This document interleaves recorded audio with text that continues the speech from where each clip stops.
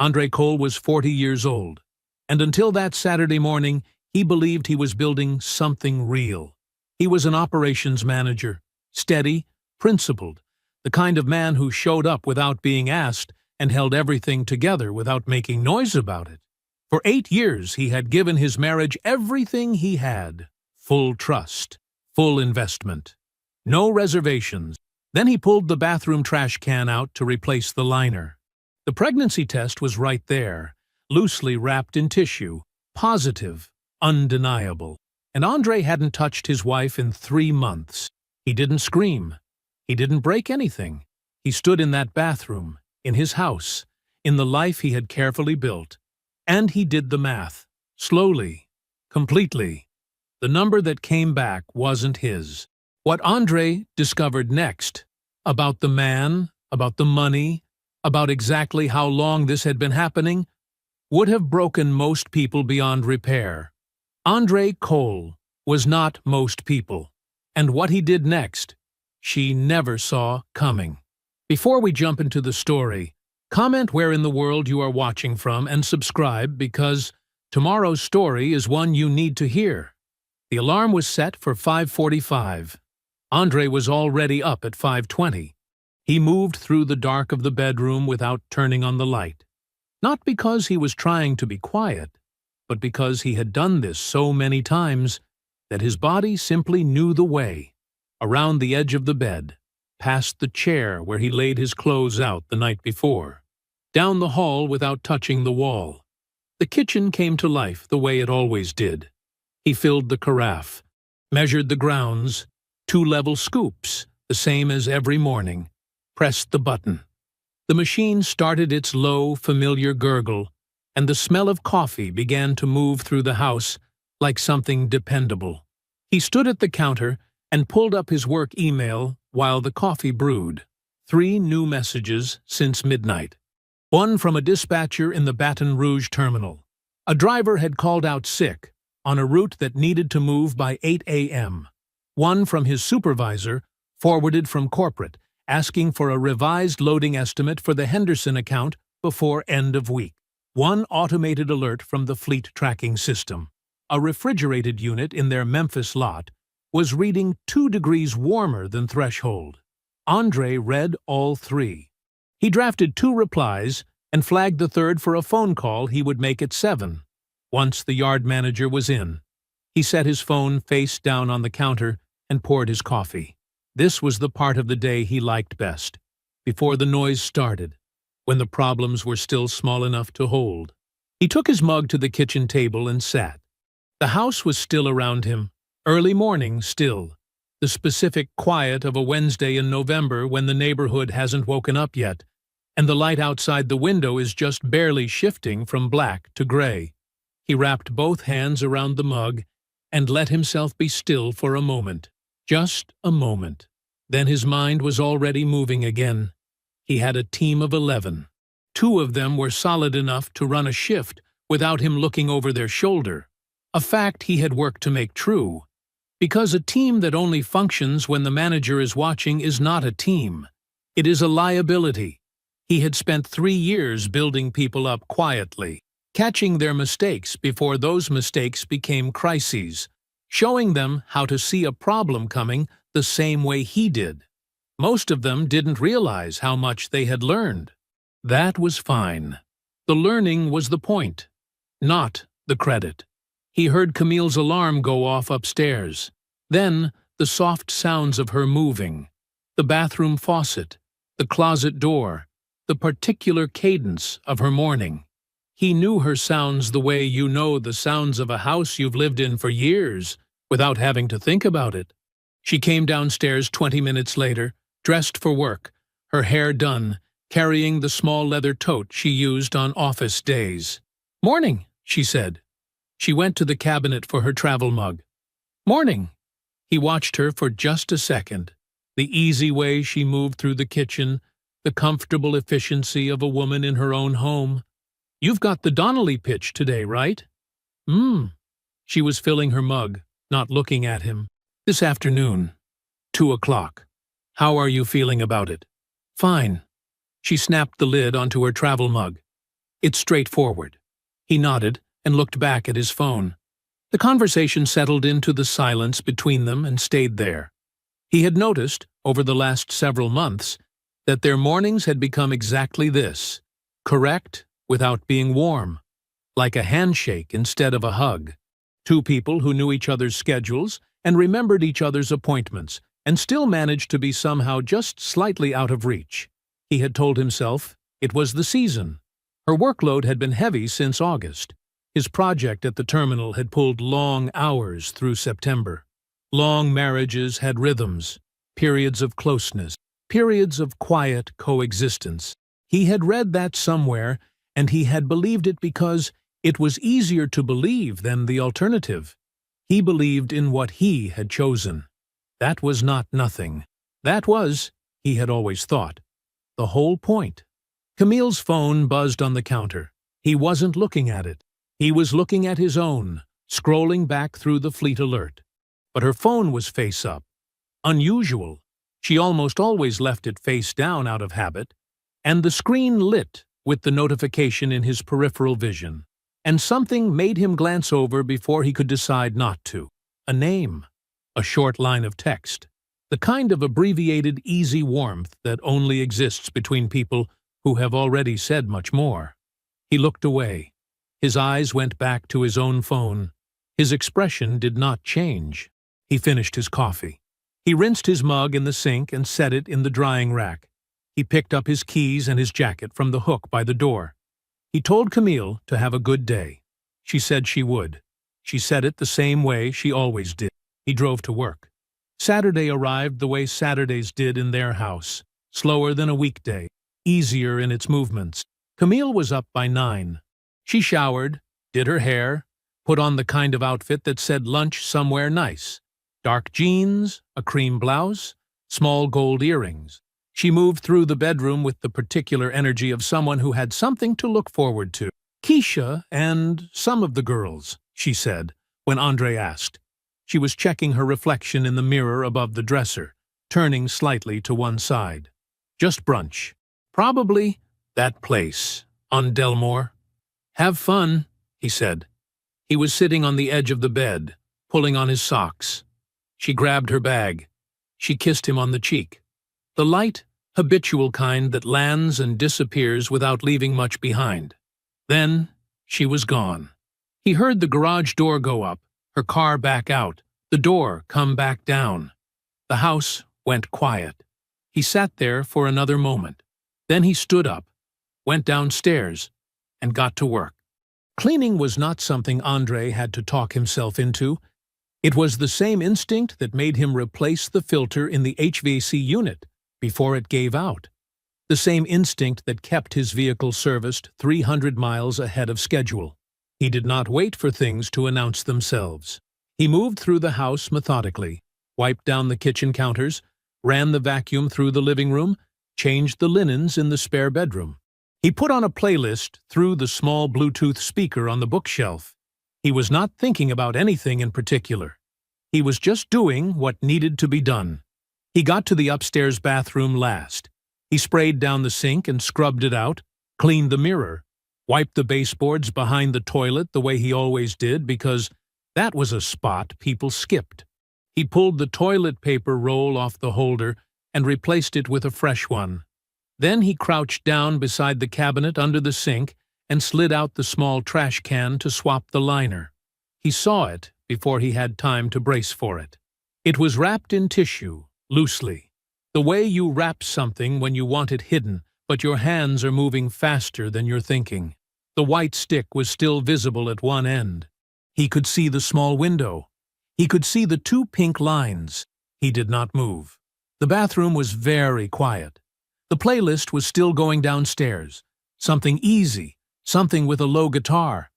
And for a few seconds, that was the only sound in the world. His mind did not spin out. It did not flood. It moved the way his mind always moved, which was toward the facts, toward the numbers, toward the sequence of what was actually true. And the math arrived the way math always does, without asking permission, without softening itself. 3 months. He did not have to search for the number. He knew it, the way you know the things you've already quietly noticed, but haven't yet allowed yourself to name. 11 weeks, give or take.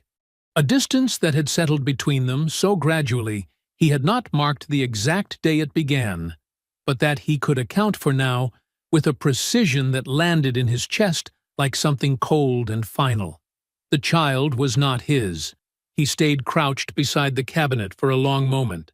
Then he reached into his back pocket and took out his phone. He photographed the test from 4 angles, close enough that the result window was unmistakable in every frame, clear enough to show the brand, the lines, the condition of the tissue it was wrapped in. He checked each photo before he stood. They were sharp. They were good. He tucked his phone away. He placed the test back exactly as he found it. He tied the old liner, fitted the new one, slid the trash can back under the sink. He rinsed his hands. He turned off the bathroom light. He walked downstairs and sat down at the kitchen table. The playlist kept going. He did not move for 3 full minutes. He sat with his hands flat on the table, and he breathed, and he looked at nothing in particular, and he let the full weight of it arrive, without trying to push it away or make it smaller than it was. He gave it those 3 minutes. That was what it got. Then he picked up his phone and called Miles. It rang twice. "Hey," Miles said. "I need to tell you something." Andre's voice was level, careful. "I found a pregnancy test in the bathroom trash. We haven't been together in 3 months.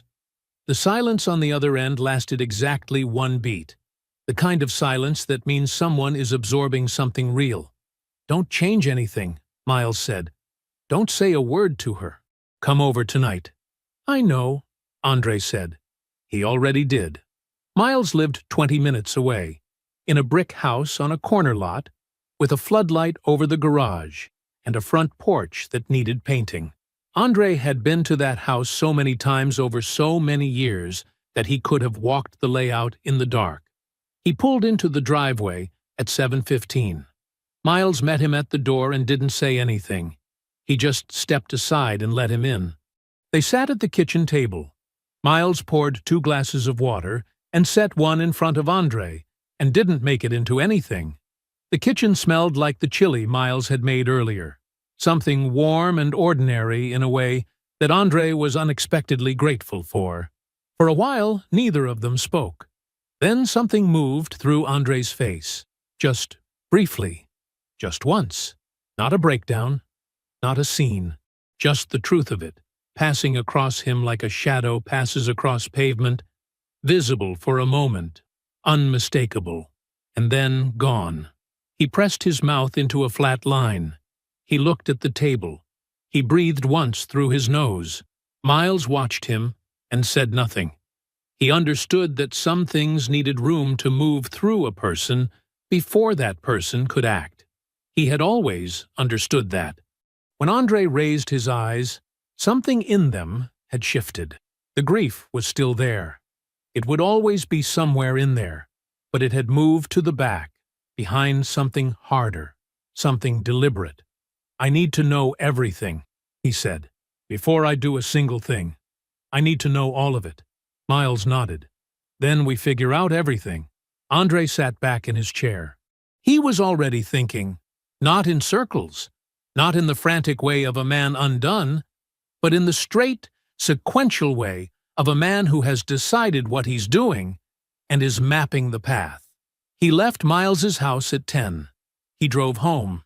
He came through the side door into the kitchen. The lights were on, and Camille was at the counter scrolling through her phone, a half-finished glass of wine beside her. She looked up. "Hey, how is Miles?" "Good," Andre said. He set his keys on the hook. "Same as always." He washed his hands at the sink. She asked if he was hungry. He said a little. She said there were leftovers from what she'd picked up on the way home, and she made him a plate.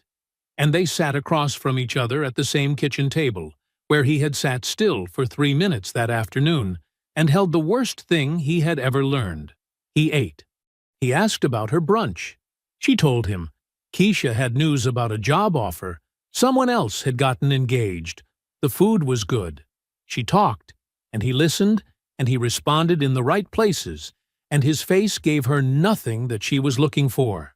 Afterward, he cleared the plates. He told her he was tired.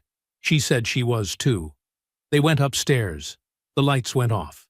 The house went quiet.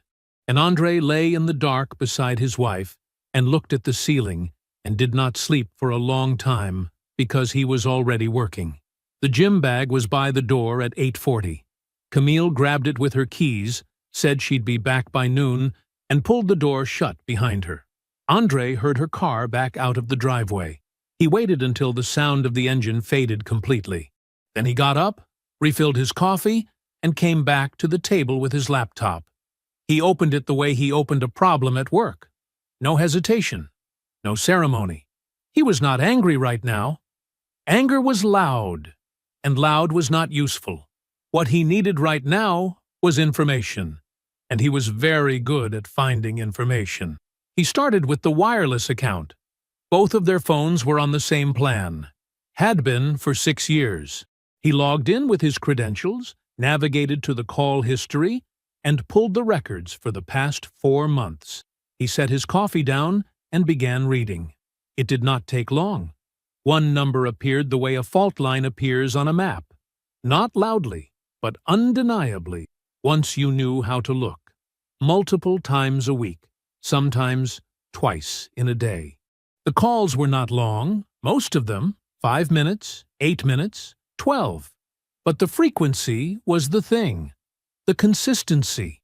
The pattern of a number woven so regularly into Camille's days that it had its own rhythm, its own cadence, something that had been running alongside their marriage like a second current beneath still water.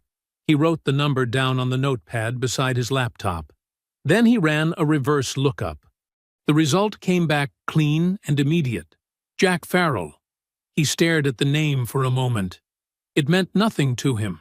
No recognition, no half-memory of a name mentioned in passing at a dinner party, no face that surfaced from some peripheral encounter. A complete stranger. He clicked through to the LinkedIn profile. Regional sales executive. A professional headshot.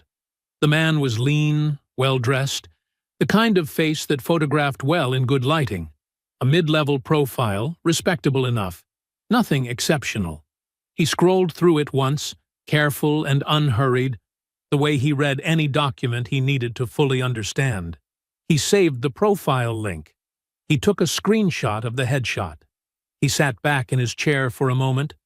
A stranger. Not someone from their shared life. Not an old friend. Not a name that existed anywhere in the world Andre could see. A man who had no business in his marriage and had been there for months anyway.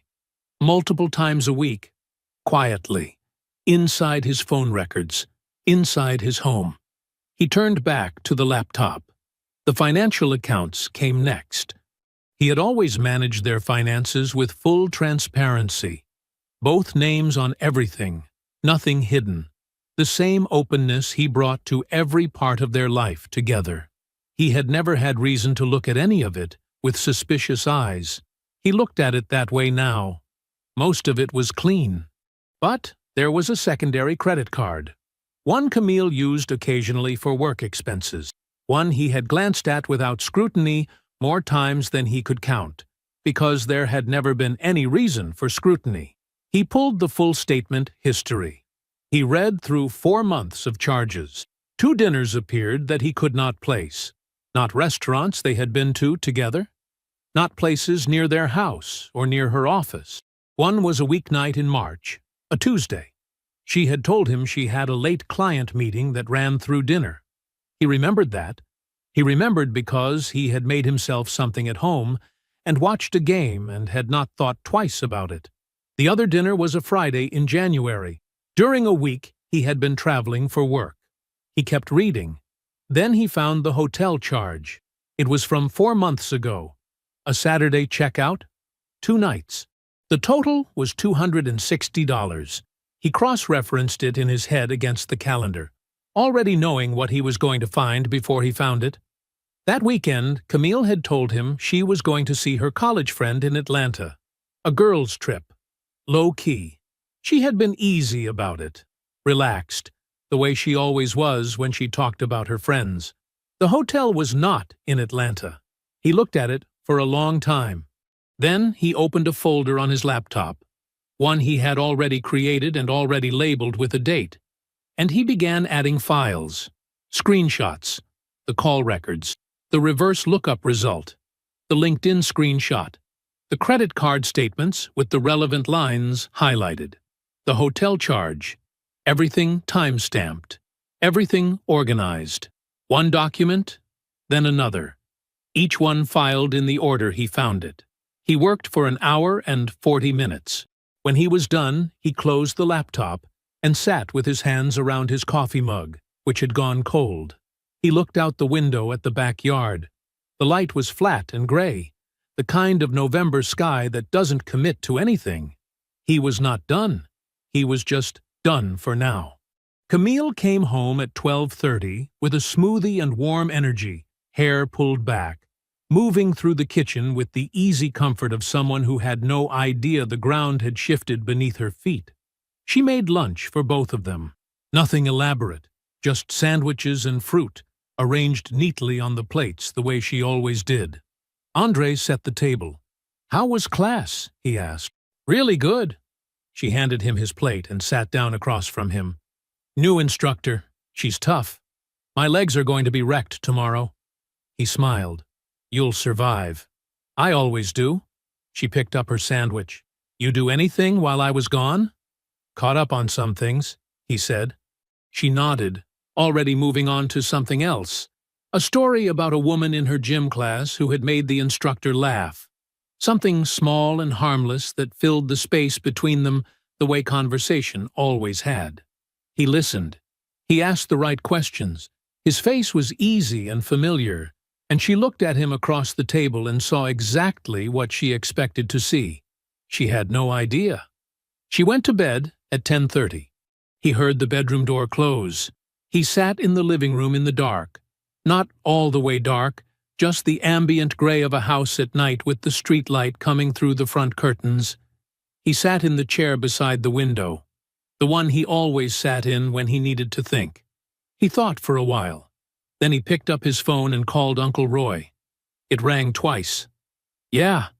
Roy's voice was alert, even at this hour. It always was. "It's me," Andre said. "I need your help with something serious. I need you to hear all of it before you say anything." A brief pause. Roy did not ask questions when he did not yet have information. He never had. "Go ahead, son," he said. Roy's home office smelled like old paper and fresh coffee. It always had. The room was small and deliberate. 2 filing cabinets against one wall, a desk that had earned every scratch on its surface, a bookshelf organized by subject and year. No clutter. Roy did not keep clutter. He believed a messy desk was a messy mind, and he had said so to Andre enough times over the years that Andre had stopped needing to hear it. Andre arrived at 9 in the morning. Roy had the coffee already poured. They sat across from each other at the desk, and Andre laid it all out. He started at the beginning and moved forward in sequence. The phone notification on Wednesday, the pregnancy test on Saturday, Jack Farrell's name by Sunday morning, the credit card statements, the hotel charge that did not match the trip it was supposed to be. He spoke the way he always spoke when he was reporting on a problem at work. Clearly, without embellishment, in the correct order. He placed the printed documents in front of Roy as he reached each one. Roy did not interrupt. He did not react visibly. He read each page as it was placed in front of him, set it aside, and waited for the next one. His face was the face of a man doing a job. When Andre finished, Roy was quiet for a moment. He looked at the stack of papers. Then he said, "Let me see the account access." Andre turned his laptop toward him and logged into the joint savings account. Roy pulled it toward himself and put on his reading glasses. He began scrolling. He worked the way he always worked, methodically, without noise, the cursor moving at a pace that said he was reading every line and not skimming a single one. He pulled a legal pad from his desk drawer and began making notes. Dates. Amounts. A column of figures building steadily downward on the page. Andre drank his coffee and let him work. It took 35 minutes. When Roy sat back, he took off his reading glasses and set them on the desk. He looked at his notepad. Then he looked at Andre. She's been pulling from the joint savings. Not randomly. Consistent amounts. Consistent intervals. He tapped the notepad with one finger. Whoever decided on these numbers knew exactly what they were doing. Small enough that neither one of you would flinch at any single withdrawal. Just regular-looking account activity. But when you line them up, he turned the notepad so Andre could see the column of figures. 11 months. Andre looked at the column. $31,400, Roy said. Give or take. Moved into a private account, her name only. I can confirm the destination account with one more pull, but the pattern is clean. This wasn't an accident. This wasn't impulse spending. He paused. She was building a fund. Andre did not say anything. Roy opened a document on his own laptop and began entering the figures, pulling the account timestamps into a clean table. Every transfer date in the left column, every amount in the right. He worked quietly for another 15 minutes, and when he printed it, the page was precise and unambiguous, a record that told its own story without needing a single word of explanation. He handed it to Andre. Andre read it from the top. He read every line. Each date, each amount, each one representing a month of deliberate, quiet movement. 11 months of Camille waking up in their house and eating dinner at their table and sleeping in their bed, and also doing this. Also building the door she planned to walk through. The departure fund. That was the right word for it. She had not been falling out of a marriage. She had been planning to leave it, carefully, on a timeline that belonged only to her.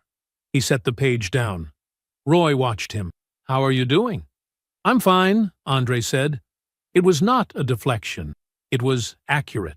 Roy studied him for another moment, and then nodded, accepting it.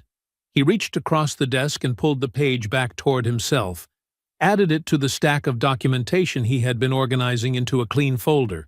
He worked neatly, the way he did everything. Then he said, Give me 3 weeks. I want everything airtight before you do anything. Every number sourced, every date confirmed, the destination account verified. When you go to an attorney with this, he pressed the folder closed. I want there to be nothing to argue with. Andre looked at him. 3 weeks. 3 weeks, Roy said. You've waited this long. Wait a little longer. And do it right. Andre nodded once. He drove home that afternoon with the folder on the passenger seat. When he pulled into the driveway, he put the car in park and left his hands on the wheel. He did not get out right away. He sat with it. The full shape of it. 11 months. $31,000. The hotel that wasn't in Atlanta. The number dialed twice in a single day. Week after week. Like a second heartbeat running beneath his own house. He sat with all of it for a little while. Then he got out of the car, tucked the folder under his arm, and went inside. Camille was in the kitchen, phone to her ear, pacing the slow circuit she always walked when she was on a work call. She looked up when he came in and gave him a small wave and a smile. He nodded back. He set the folder in his desk drawer in the study, closed it, and went to start the coffee. He checked the mail. He looked in the refrigerator to see what was there for dinner. He was giving her nothing. Not yet. Miles called at 7:30. Andre was still at the kitchen table, a half-eaten plate of food in front of him, and Camille, somewhere upstairs, moving through the quiet routine of her evening. He heard her footsteps above him. He picked up on the second ring. My guy came through, Miles said. No preamble. That was how Miles talked when something was real. Come over. Andre looked up at the ceiling. Camille's footsteps crossed the bedroom. Stopped. Give me 20 minutes, he said. He put his plate in the sink, rinsed it, dried his hands. He called up the stairs that he was going to Miles's. Camille's voice came back easy and unbothered. Okay, Don't be too late." And he pulled on his jacket and drove. Miles's house was the same as it always was. Lived in, warm, the kind of place that always smelled faintly like whatever he had cooked last. He coached high school football and had done it for 15 years, and the house looked like a man who had made peace with who he was. No pretense anywhere in it. He had a folder on the kitchen table and 2 bottles of water beside it. He was still in his practice clothes. They sat down. Miles opened the folder and set a single printed page between them. "My contact works registration and hospitality for a conference management company. They cycle through events all over the region." He tapped the page. "He pulled this without me having to ask twice." Andre looked at the page. It was a registration log excerpt, event name, date, attendee list. There, about a third of the way down, Camille's name, and 4 rows below it, printed as plainly as anything could be printed. Farrell, Jack. Regional sales. 14 months ago, Miles said. A regional marketing conference about 40 minutes outside the city. 2-day event. They were both registered, both checked in. He paused. That's where it started. Andre read the page again. Not because he did not understand it, because he wanted to see it clearly. It didn't start by accident, Miles said. We're looking at 14 months. That's not one bad night. That's a decision she made and then kept making over and over. Andre nodded once. He knew that. Knowing it and seeing it dated and printed were 2 different things. Miles reached into the folder and pulled out a second page. A hotel record. One Roy had surfaced during his review of the accounts. A charge Andre had found in the statements, but had not yet placed against a specific date. Miles set it next to the first page. 4 months ago, Miles said. Andre looked at the date. It landed before Miles finished the sentence. 4 months ago was the weekend Camille had packed a bag for what she called a bachelorette trip. A work colleague, someone named Priya, someone Andre had heard Camille mention maybe twice before. Priya was getting married. Camille was going up for the weekend. She had been in a good mood getting ready. Light, easy, the way she rarely was anymore in the regular run of their days. Andre had stood in the doorway of their bedroom. He remembered it clearly now, in a way he had not allowed himself to remember it before. Camille laying 2 dresses out on the bed, asking which one. He had pointed to the blue one. She had laughed at something, he couldn't recall what, and folded it into the suitcase. He had leaned against the door frame and told her to have a good time. He had meant it. He had said it the way a husband says it. Simple and easy and completely genuine. She had smiled at him. Then she had zipped the bag. That memory, his own voice in that doorway, her smile, the blue dress going into the suitcase, settled onto him now with a weight that was different from everything else. The pregnancy test had been a shock. Jack Farrell's name had been a fact. The $31,000 had been a calculation. Those things had hurt in the way that large, clear things hurt. Sudden and total. This was smaller, more precise. He had stood in that doorway and handed her the trip. He had participated, unknowingly, in the performance, and she had let him. She had taken the smile and the suitcase and his own good wishes and walked out the door to another man, and she had done it without a single hesitation that he had seen. He sat with that for a moment. Miles did not say anything. He watched Andre hold it, and he stayed quiet, because he understood that some things needed to be held before they could be set down. After a while, Andre straightened. He picked up the 2 pages and aligned them against each other, edges matching, and set them back in the folder. He closed the folder. "Thank your guy," Andre said. "Already did," Miles said. They sat for a few more minutes without talking. Then Andre stood, put on his jacket, and they walked to the front door. He drove home with the complete picture assembled in his mind for the first time. All of it in sequence, all of it accounted for, nothing missing. When he got home, the downstairs was dark. Camille was already in bed. He moved quietly through the house and stopped in the upstairs hallway outside their bedroom door. He could hear her breathing in the dark on the other side of it, slow and even. Asleep. He stood there for a long moment. Then he walked past the door to the guest room at the end of the hall. He sat on the edge of the bed, in the quiet. He did not turn on the light. He was not ready yet. But he was close. The attorney's name was Sandra Okafor, and her office was on the 4th floor of a building downtown that had no signage on the street level. Roy had described her in 3 words: thorough, quiet, permanent. Andre had written her number in his phone under a co-worker's name. He arrived 8 minutes early with the folder under his arm. Her office was clean and uncluttered, in the way that said she did not leave things out that did not need to be seen. She was in her mid-50s, natural hair, reading glasses she did not take off when she shook his hand.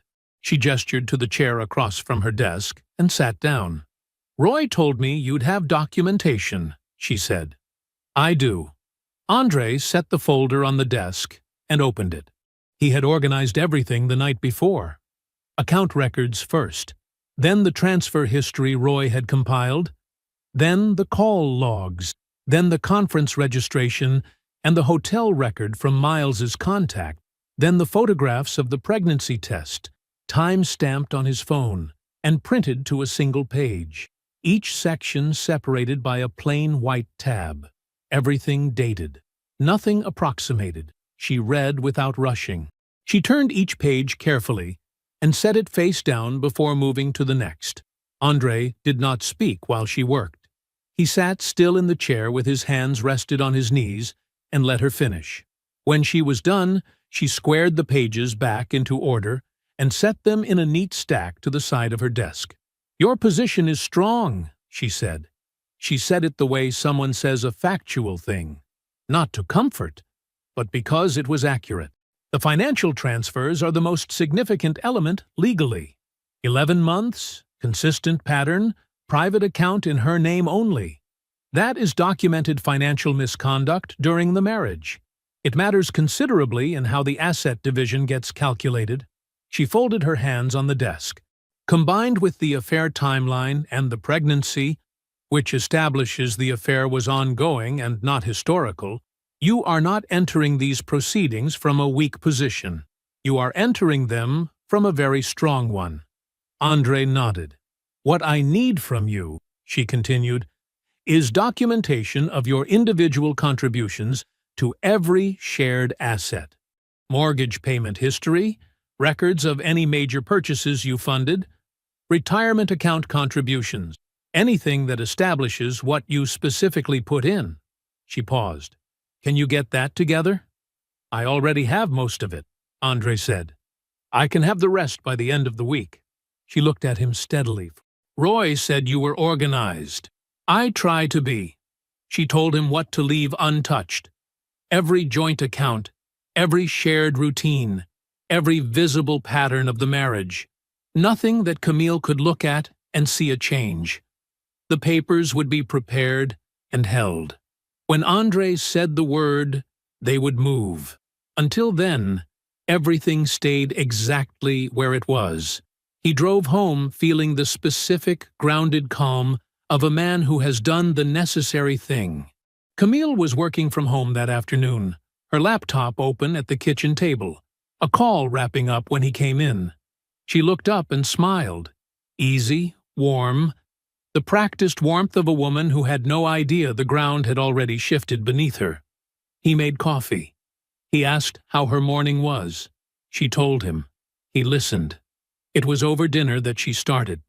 It began the way she had been beginning things lately, casually, philosophically, the way someone floats an idea to see where it lands. She was talking about a couple they knew, friends of hers from the agency, who had recently separated after 9 years together. "It's just sad," she said, pushing food around her plate. "But also, I don't know. I think some people grow at different speeds, and at some point you have to be honest with yourself about whether you're still compatible." Andre looked at her across the table. "That's probably true," he said. She looked slightly encouraged by that. She pressed a little further. I think people stay in situations longer than they should sometimes, because it's comfortable, because the thought of change is scary. She paused. But I think clarity is actually an act of respect. Don't you? Andre took a slow sip of water. He set the glass down. I do, he said. I think people deserve to know the truth of their situation. He said it simply, without inflection, without anything behind it that she could read. Clarity matters. She smiled. Then she looked back down at her plate and changed the subject to something about a client presentation next week. And he listened to that too. He noted the date. That evening he called Roy from the kitchen after Camille had settled in the living room. The television was on. He could hear it through the wall. He kept his voice low and even. The attorney's set, Andre said. Everything she needed, I can get her by Friday. Good. Roy's voice was steady as always. 3 weeks is now 2. Maybe less if you move on those contribution records quickly. I'll move quickly, Andre said. I know you will, Roy said. Andre thanked him and hung up. He stood at the kitchen counter for a moment, listening to the sound of the television in the next room. Then he finished his water, rinsed the glass, and went to bed. The workday ended at 4:47 on a Friday afternoon, but Andre was still sitting in his car in the parking garage at 5:12, phone in his hand, engine off. He had been deliberating this call for 4 days, not because he was unsure whether to make it. He had decided it was the right thing to do almost immediately after the meeting with Sandra Okafor, the moment he started thinking clearly about who else was going to be affected by what was coming. He was deliberating because he wanted to get the call right. He wanted to know exactly what he would say before he said it. He was not a man who picked up the phone before he was ready. He was ready now. He found Dorothy Haynes in his contacts and pressed call. She picked up on the third ring. Her voice was warm the way it always was with him, the particular warmth of a woman who had always meant it. Andre. This is a nice surprise. Hey, Dorothy. He paused just long enough to let the moment settle. I'm glad you answered. Do you have a few minutes? Something in his tone must have reached her, because her voice shifted almost imperceptibly. Still warm, but more careful. Of course I do. What's going on? He told her. Not everything. Not the financial documentation, not the attorney, not the specific name of Jack Farrell. He told her enough. He said that something serious had happened inside the marriage, that it involved Camille, that it had been going on for longer than he could have imagined, and that what he had uncovered was not a small thing. He said he was telling her now because she had always treated him with genuine decency, and he did not think it was fair for her to be blindsided when things became public and irreversible. He made one thing clear before she could speak. I'm not calling to ask for your loyalty, Dorothy. I'm not asking for anything. I just felt you deserved to know. The silence that followed was long and absolutely still. Then her voice came back, gone very careful. Is my daughter pregnant? Andre closed his eyes once. Yes, he said. The silence after that was a different kind of silence, heavier and with more in it. He did not fill it. He let her sit with it the same way he had sat with things, because she deserved that. Finally she spoke. I'll be in town Thursday, she said. Her voice was flat, in a way that was not unkind, just honest and quiet. I'd like to see you before any of this moves forward. If you're willing. I'm willing, Andre said. They met at a small coffee shop on the east side of town. The kind of place with mismatched chairs and a chalkboard menu, and no one in it who was likely to know either of them. Dorothy was already there when he arrived, sitting at a corner table with her hands wrapped around a mug. She looked older than the last time he had seen her. Or maybe she just looked like she was carrying something. She stood when she saw him and hugged him. A real hug, not a polite one. He let himself receive it. They sat down. For a moment, neither of them spoke. Then Dorothy said, I'm not going to make excuses for her. She said it plainly, the way she said most things. I want you to know that. I'm her mother, and I love her, but I'm not going to sit here and tell you that what she did was something other than what it was. She looked at him steadily across the table. What she did was wrong, Andre. It was wrong, and it was sustained, and you didn't deserve it. Andre held her gaze. He did not say anything yet. I've watched my daughter for a long time, Dorothy continued, her voice quieter now. I saw things I probably should have said something about years ago. I told myself it wasn't my place. She shook her head once, a small, private motion, directed mostly at herself. I'm sorry for that, and I'm sorry for this. She paused. I want you to know that I see clearly what kind of man you are. I have always seen it. That doesn't change. It was not a grand speech. It was not dramatic. She was not performing anything, and she was not asking for anything in return. She was simply a decent woman telling the truth in a quiet coffee shop on a Thursday afternoon. It hit Andre somewhere he had not expected. He had not realized, until this exact moment, how much he had needed to hear someone say the truth out loud, without strategy behind it. Not Roy with his documents, not Miles with his loyalty, just a plain, honest acknowledgement from someone with no angle to play. He thanked her. He meant it. They finished their coffee. She squeezed his hand once when she stood to leave, and then she was gone. Andre sat alone at the table for another 2 minutes. Then he drove directly to Miles's house.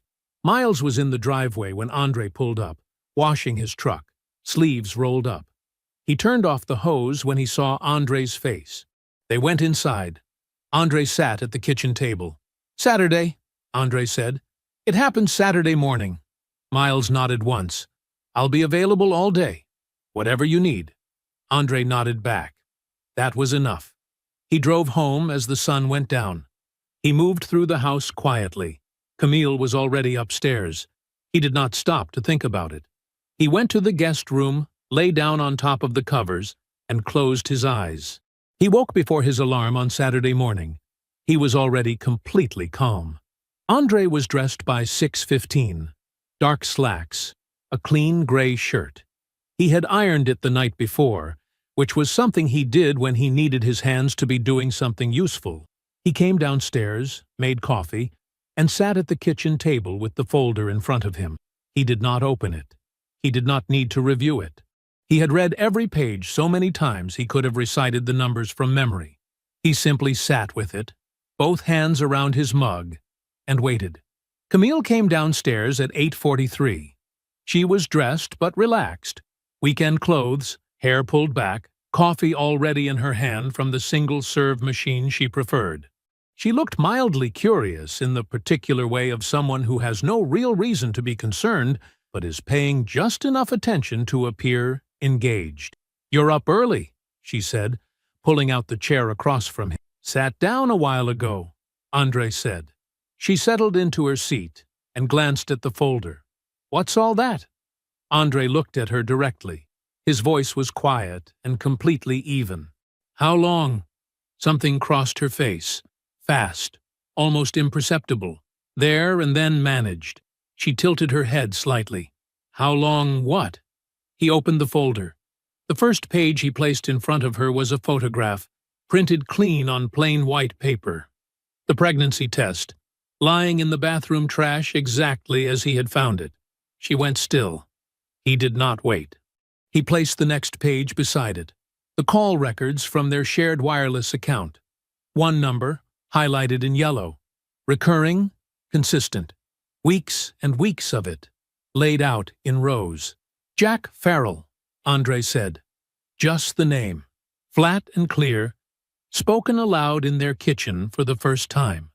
Camille opened her mouth. He placed the next page in front of her. The timeline. 14 months, mapped in precise detail. The regional marketing conference where it began, the dates that followed, the pattern that emerged and never broke. He set it down and let her look at it. She said, Andre. He placed the next page. A hotel record. A date from 4 months ago. A weekend, she had told him, was a bachelorette trip for a colleague at work. He let that one sit a beat longer than the others. "I helped you pack," he said. Still no volume in it, still no performance. Just the fact, stated, taking up the space it deserved. Her eyes moved to the page and then away from it. A muscle in her jaw tightened. The next page, Roy's documentation. 11 months of withdrawals from their joint savings account. Modest amounts, timed carefully. Building without interruption. $31,000. Transferred to a private account in her name alone. He set it in front of her and watched her read it. The deflection phase lasted less than a minute. She said she didn't know what some of those records were. Said the account transfers were for a project she was planning to tell him about. Said the timeline wasn't what it looked like. Each attempt was brief and quiet, and collapsed immediately against the page in front of her. Then she stopped, and when she started again, her voice had changed. It was steadier, more deliberate. She set her coffee down. She said the marriage had not been what she needed for a long time. She said she had felt invisible inside their life together, not unloved, but unseen. She said he was reliable the way a structure was reliable, always there, never moving, never surprising her. She said she had tried, in her way, to tell him things weren't working, but he was always so certain, so settled, that there was never any room for doubt. She said she needed someone who made her feel alive, not just provided for. She said she knew it wasn't fair. She said a lot of things. Andre sat across from her and did not move. He let her finish completely.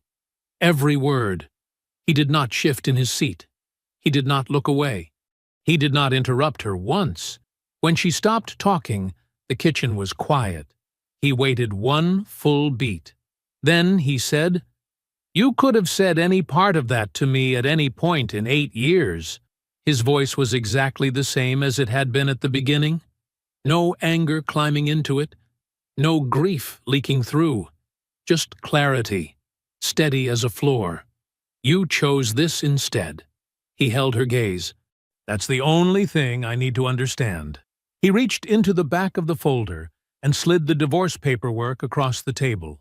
Sandra Okafor had prepared every page. The asset documentation was already filed. The departure fund was already addressed. "My attorney will contact you Monday morning," he said. "You have until the end of today to start making arrangements." He stood. He picked up his keys from the counter. He put on his jacket. He did not look back at her on his way out. Miles had the coffee ready when Andre pulled up. He met him at the door, handed him a mug, and they walked through the house and out the back. They sat on the porch. The yard was green and quiet. Somewhere down the street a lawn-mower was running. The sky was a flat, pale blue. Neither of them spoke for a long time. Then Miles said, "You did good." Andre looked out at the yard and nodded once. That was enough. The letter arrived at 8:07 Monday morning. Sandra Okafor's firm had sent it by certified mail and by email simultaneously. Both methods, on purpose. Clean, professional, inescapable. Camille signed for it at the door in her robe. The legal process moved the way Andre had built it to move, without hesitation, without gaps, without anything for the other side to grab onto. Sandra had been doing this work for 19 years. She did not get excited. She did not get sentimental. She looked at a set of facts and told you what they meant. And what these facts meant was simple. Andre Cole had documented everything, filed correctly, and moved first. Camille's legal position was not a position at all. It was a room with no doors. The departure fund, 11 months of careful, quiet withdrawals, $31,000 she had moved into an account she believed was invisible, was not invisible. Roy had found it the way Roy found everything, methodically, without drama, and with documentation that held up under every standard that mattered. The court saw it for what it was: asset dissipation, financial misconduct against a spouse, The fund did not go with her. The asset division that followed reflected the actual record of the marriage. Who had contributed what? Who had built what? What had been taken without disclosure? Not the story Camille had intended to tell. The true one. She had spent 11 months engineering an exit. She left with considerably less than she had arrived with. Jack Farrell learned the full dimensions of the situation in stages, and each stage cost him something. The pregnancy had been one thing when it was private and theoretical. A complication, yes, but manageable within the story he had been telling himself.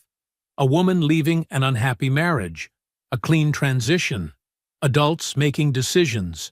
Then the legal proceedings began, and suddenly his name was in documents. Then the financial picture became clear, and what Camille had promised would be a cushioned fresh start turned out to be something considerably leaner. Then she needed things from him. Real things, present and consistent things. And the version of this arrangement that had been appealing to Jack was specifically the one that did not require that. He did not disappear all at once. That would have required a kind of honesty he was not built for. He withdrew the way certain men do, incrementally, plausibly, each step small enough to deny. He was busy. He was dealing with something at work. He needed a little space to process everything. He cared about her, of course he did, but this was a lot, and he wanted to make sure he showed up the right way. The life Camille had carried in her mind, vivid, detailed, fully realized, bore almost no resemblance to what was actually on the other side of the plan she had executed. The picture had been beautiful. The room it opened into was bare. Dorothy called on a Tuesday evening, 3 days after the papers were filed. Camille answered expecting something. Comfort, maybe. Or, at minimum, the particular latitude a mother extends to her child, regardless of circumstances. Dorothy had always been warm. She had always been, in the specific way of certain mothers, a place to land. What she got instead was her mother's voice, quiet and entirely plain. Dorothy did not perform anger. She did not raise her voice or issue declarations. She simply spoke about what she knew, about what Andre had told her, about what she had watched her daughter do to a man who had treated their family with nothing but decency for 8 years. She said she loved Camille. She said that was not in question. She said love and honesty were not opposites, and she was not willing to pretend that what had happened was something other than what it was. Camille had expected a refuge. She had miscalculated where her mother's loyalty ended and her mother's conscience began. The call lasted 11 minutes. Camille did not say much. There was not much to say.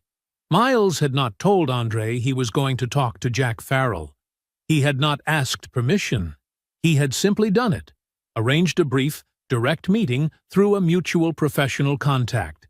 Nothing dramatic about the setting or the approach. They sat across from each other in a neutral space, and Miles said what he had come to say in the same measured, unhurried voice he used when he needed a player to understand that certain things were permanent.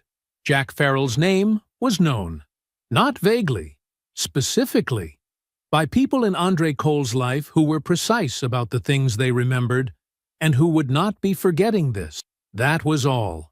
No threats, no raised voices, just information, delivered with the particular clarity of someone who had nothing to prove and nothing to perform. Jack said very little. He was not expected to say much. Andre heard about it the following week. Miles told him the same way he told Andre most things, directly, without decoration, while they were both doing something else. Andre was quiet for a moment. "You didn't have to do that," he said. Miles shrugged once. "I know." Andre looked down at his coffee mug. He let out a slow breath, long and quiet, from somewhere deep. Something in his chest that had been held in place for weeks released, fully and finally, like a fist that had been clenched so long it forgot how to open. He sat with it for a moment. Then he finished his coffee. Then he went to work. 8 months later, Andre woke before his alarm. The room was still dark. The clock on the nightstand read 5:48. He lay there for a moment, not because something was wrong, but because nothing was. That distinction still struck him sometimes, quietly, the way a healed wound does when the weather changes. Not painful, just notable. He got up. The coffee maker ran its cycle while he stood at the kitchen window in the gray early light. The backyard sat still and unhurried. A bird moved through the oak tree at the far end of the yard. The neighborhood had that particular silence it only held before 6 in the morning, thick and undisturbed, and his. He poured his cup and ran through the day's inventory the way he always had. The Meridian distribution rollout had a vendor call at 9. He needed to pull the updated numbers from the logistics coordinator before that. The afternoon was a site walkthrough with 2 members of his expansion team. Newer people, sharp, worth his time. He thought about all of it clearly, without static. That was the thing that still surprised him sometimes. Not the silence in the house, though that had taken a few weeks to stop registering as absence. It was the silence inside his own head.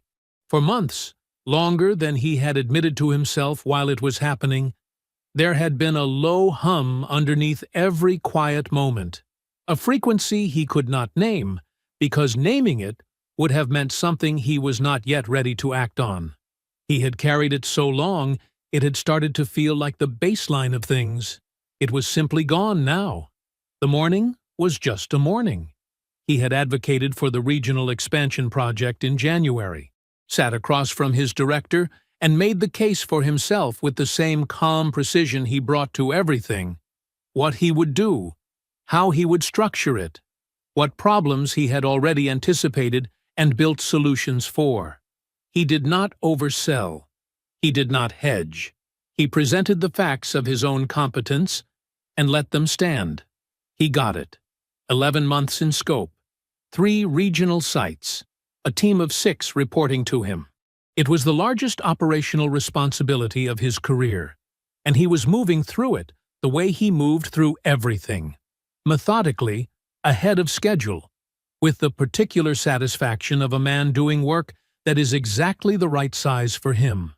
He had stopped making himself smaller without realizing he had been doing it.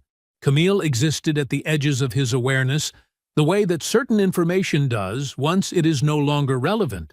Available if you looked for it, but not something the mind returned to on its own. What he knew in brief strokes. She and Jack were navigating shared arrangements from a position of mutual disappointment and diminished expectation. They were managing. They were not what either of them had pictured. The life she had built in her mind, detailed, justified, already half-lived in her imagination, had turned out to require things from the other side that the other side was not interested in providing. She was not where she had planned to be. Andre did not take satisfaction in the specific texture of her difficulty. He was not that kind of man. But he did not look away from the truth of it either. She had made choices. The choices had made a life. That life was hers now, exactly as built.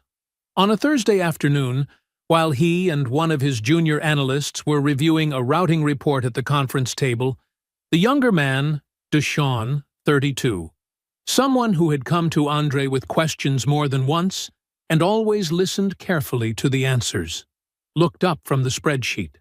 "Can I ask you something that's not about the routing numbers?" Andre looked up. "Go ahead." "How do you stay?"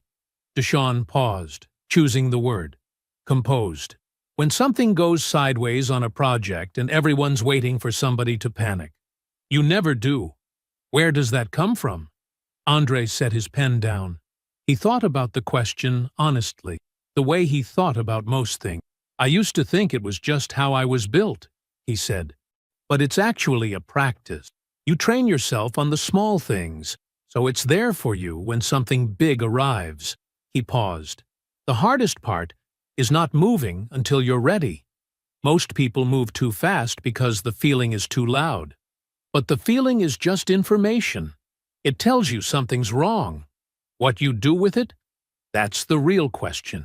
That's where you either handle it or you don't. Deshaun was quiet for a second. Then he reached for his notepad and wrote something down. Andre picked his pen back up and returned to the numbers. He drove home in the early evening with the windows down.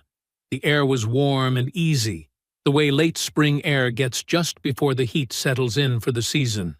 He left the radio off and let the sound of the drive do what it did. He made dinner without hurrying. He moved through his house without bracing for anything, without carrying anything that didn't belong to him. Clean and unhurried, each room exactly as he had left it. He brought his coffee to the kitchen table, the same table where everything had ended, and sat down. The window above the sink was cracked open. The evening came in slowly through it. Quiet street sounds. Somewhere, a few houses down, someone's kids were still outside. He wrapped both hands around the mug and sat with it. He used to wonder what his life would look like on the other side of the worst thing that ever happened to him. Now he knew. It looked like this. I hope you enjoyed that one. Be sure to like the video and subscribe so you don't miss the next story. I've picked out 2 more for you that I think you'll really like.